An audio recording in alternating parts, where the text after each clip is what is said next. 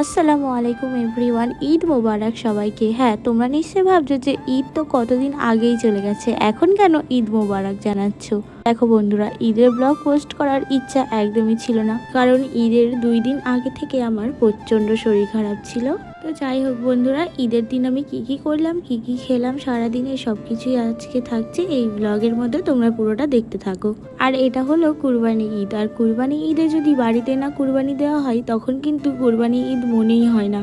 আর আমাদের পার্সোনাল প্রবলেমের কারণে এই বছর কুরবানি দেওয়া হয়নি, কিন্তু আমার ভাইরা কুরবানি দিয়েছিল। তো কুরবানি দেওয়ার পর যে মাংসটা থাকে সেগুলো তো আমাদের পাড়াতে বেলানো হয়, তো সেই জন্য আমি আর পিয়াদি বেরিয়ে পড়েছি মাংস নিয়ে সব আত্মীয় স্বজনদের বাড়ি দিতে।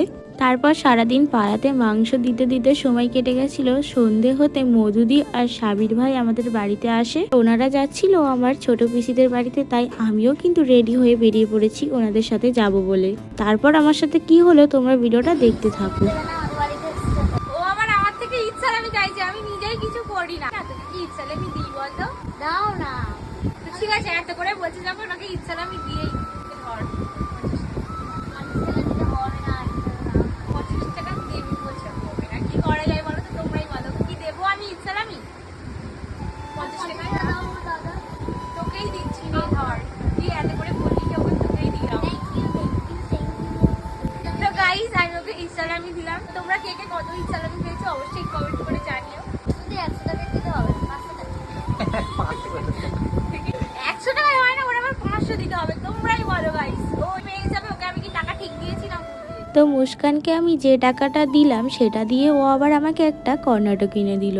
আর আমার যেহেতু শরীরটা অনেক খারাপ ছিল, সেই জন্য পিসিদের বাড়িতে পরোটা আর আমি খাইনি। তারপর কর্নাটক খেতে খেতে মুস্কানদের টাটা করে চলে এসেছিলাম আগ্রাতে। আর আগ্রা স্টেশনের এত ক্রাউড, যেহেতু আজকে ঈদ সেই জন্য আজকে সকলে কিন্তু সকলের আত্মীয় স্বজনদেরকে মাংস দিতে যাচ্ছে, সেই কারণে আজকে রাস্তায় কিন্তু প্রচুর ক্রাউড। তারপর আমরা ফাইনালি সেজো পিসিদের বাড়িতে চলে এলাম। যাওয়ার সাথেই না সাথে আমাদেরকে কিন্তু অনেক কিছু খেতে দিয়েছিল, তবে আমি কিন্তু কিছু খেতে পাচ্ছিলাম না আমার পার্সোনাল প্রবলেমের কারণে, যেটা আগেই বললাম তোমাদেরকে। তারপর পিসিদের সাথে অনেক গল্প এবং আড্ডা দেওয়ার পর বেরিয়ে পড়েছি বাড়ি আসবো বলে। আর আমরা কিন্তু মাংস দিতে দিতে অলমোস্ট অনেক রাত হয়ে গেছিল। তো এই ছিল আমার ঈদের ব্লগ, কেমন হয়েছে তোমরা জানিও কিন্তু। টাটা বন্ধুরা।